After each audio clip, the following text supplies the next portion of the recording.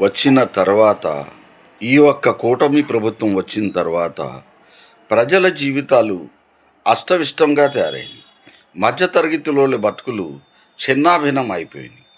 బాగుపడింది ఎవరంటే తెలుగుదేశం ఈ కూటమి ప్రభుత్వం వచ్చిన తర్వాత బాగుపడిన వాళ్ళంతా కాంట్రాక్టర్లు, పెద్ద పెద్ద వాళ్ళు, రియల్ ఎస్టేట్ వ్యాపారస్తులు, ఇలాంటి బిజినెస్ వాళ్ళు వచ్చారే కానీ ప్రతి ఒక్క చేతి కార్మికుడికి పని అందుతుందా?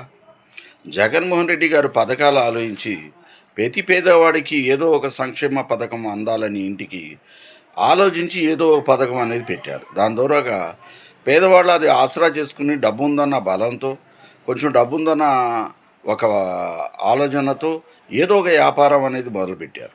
ఇప్పుడు వడ్డీలకి తీసుకుని నానా రకాలుగా బాధపడుతున్నారు ప్రజలు.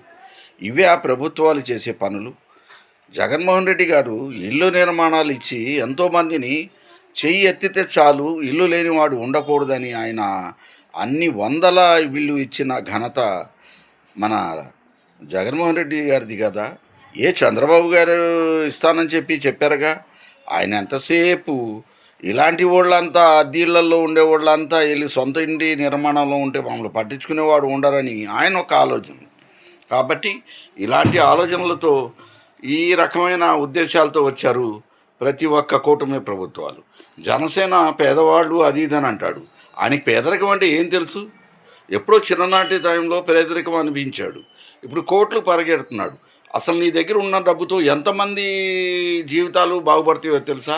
పంచిపెట్టు ప్రజలకి. నువ్వు చంద్రబాబు నాయుడు దగ్గర ఉన్న డబ్బు పేద ప్రజలు పంచిపెట్టు. మా ఆంధ్ర రాష్ట్రం ఎంత అభివృద్ధి చెందుద్దో. పేదవాడు ఉంటాడా? అంటే ట్యాక్సుల రూపంలో కట్టిన డబ్బులు మీ ఒక అవసరాలకి, ఎమ్మెల్యేలకి, వీళ్ళకి వాళ్ళకి రాజకీయమైన బిజినెస్లో ఎదగడానికి తోడ్పడుతుందే కానీ ప్రజలకి ఏం రకంగా మనకు సాయం పడుతుంది? కాబట్టి మధ్యతరగతి వాళ్ళు ఏ పార్టీలో ఉన్నా సరే, ఏ కులాల నుంచి పార్టీలని మీరు ఇష్టపడినా సరే ఒకటి మట్టికి ఆలోచించండి. పరిపాలించే రాజు కులమతాలని చూడకుండా, పార్టీలని చూడకుండా అర్హతదారుడికి ప్రతి ఒక్క అర్హతమైన పథకం చేరేటట్టు చేయటమే ముఖ్యమంత్రి లక్షణం. అలాంటి లక్షణాలు లేవు కాబట్టే కదా ఇవాళ రోజు మనం మాట్లాడాల్సి వస్తుంది. అలాంటి లక్షణాలు ఉంటే మేము మాట్లాడాల్సిన అవసరం ఏంటి? మేము పని చేసుకుని బతికిన వాళ్ళమే కానీ ఏదో సోమరిపోతుగా బతికే వాళ్ళం కాదు. నిజ జీవితంలో ఎవరైనా పైకి రావాలనుకుంటే డాక్టర్లో ఏదో ఒకటి అవ్వాలని ఉంటుంది మిడిల్ క్లాస్ వాళ్ళకి.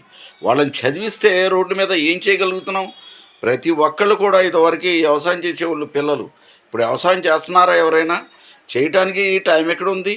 ప్రతి ఒక్కళ్ళు కంప్యూటర్ అని అదేని పుస్తకాలు పట్టుకుని తిరుగుతున్నారే కానీ ప్రతి ఒక్కళ్ళని కూడా ఈ రోజుల్లో జాబులు అనేది ఇస్తున్నారా? ఇవ్వట్లేదు కదా. కాబట్టి మధ్యతరగతి వాళ్ళు రావాలంటే పార్టీలు చూడకూడదు. ఏ పార్టీలు చూసైనా సరే, జనసేన కానివ్వండి, మీరు తెలుగుదేశం కార్యకర్తలు అందరూ కూడా మీరు నష్టపోయారా లేదా ఆలోచించండి. మాటలు బూటకాలతో ఎన్ని రోజులు ఉంటారు? కాబట్టి ప్రజలకు ఇబ్బంది కలిగితే ప్రతి ఓడు ఒక వీడియో అనేది పెట్టాలా, నాకు ఇది నష్టం జరిగింది, దీని ద్వారాగా నేను బాధపడుతున్నాను, ఆ ప్రభుత్వంలో లాభం పొందానని చెప్పడానికి ఎందుకింత మీకు మనసు రాదు? న్యాయం జరిగినప్పుడు దేవుడు న్యాయం చేస్తున్నాడని చెప్పకపోతే దేవుడైనా అన్నం పెడతాడా? అలా మన బతుకులు మనమే నాశనం చేసుకుంటున్నాం. దేవుడు బాగానే చూస్తున్నాడు అందరినీ. కాకపోతే స్వార్థపరులతో మిమేకమైపోతున్నాం కాబట్టి మనం కూడా నాశనం అయిపోతున్నాం. కాబట్టి లాభం చేసిన వాడిని తలుచుకోండి, నష్టం చేసిన వాడిని ఏ రకంగా నష్టం చేశారో వీడియోలు పెట్టి మీరు తెలియపరచండి. ఈ ప్రభుత్వాల మీద కూడా మాకు కోపం లేదు. అందుకు కూటమి ప్రభుత్వం అని, జనసేన అని, అదని ఇదని మాటలు బూటకాలుగా ఉండకుండా మాకు ఇల్లు ఇచ్చారు. ఆ నిర్మాణాలు ఎలా పునర్నిర్మాణం చేయాలో, బ్యాంకులతో మీరు ఎలా ప్రోత్సహించి లాంటి వాళ్ళని సొంత నిర్మాణానికి తోడ్పడాలో అది ఆలోచించి చేస్తే మేము కూడా మీ ప్రభుత్వాలని ఇష్టపడతామని ఈ సందర్భంగా చెప్తూ మా ఒక్క మిడిల్ క్లాస్ బతుకుల్ని బాగా చేయాలని కోరుతూ ఈ వీడియో చెప్పడం జరిగింది. జై హింద్, జై భారత్.